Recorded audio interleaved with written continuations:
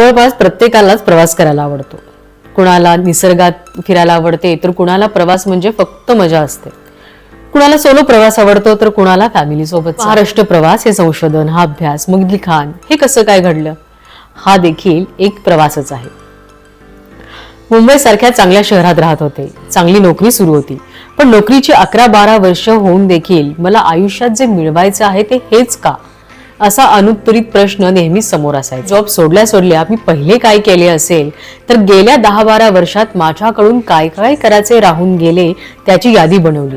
त्या यादीत अर्थातच सर्वात टॉपवर गोष्ट होती ती म्हणजे प्रवास. आणि गंमत म्हणजे यादीतल्या प्रत्येक गोष्टीला कोणता ना कोणता प्रवासच जोडला होता.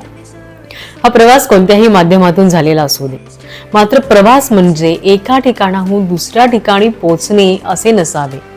तुमच्या या ठिकाणापासून ते त्या ठिकाणापर्यंत मधले जे अंतर आहे ना, त्याला काहीतरी ध्येय, दिशा असायला हवी. म्हणजे बऱ्याचदा एखाद्या व्यक्तीला त्याच्या भीतीवर, एकटेपणावर मात करायची असेल, किंवा एखादी नवी संगीत, कला, भाषा शिकायची असेल, किंवा काही अभ्यास करायचा असेल म्हणून तो प्रवास करतो, तर एखादी व्यक्ती समाजासाठी, जनजागृतीसाठी किंवा एखाद्या अभियानासाठी प्रवास करते. या दोन्ही प्रकारांमध्ये त्या व्यक्तीकडे काहीतरी ध्येय आहे. ध्येयहीन प्रवास म्हणजे प्रवास नसून केवळ भटकणे असते. माझा महाराष्ट्र, माझा समृद्ध वारसा, माझ्यासोबत द अनएक्सप्लोर्ड लेगसी महाराष्ट्र.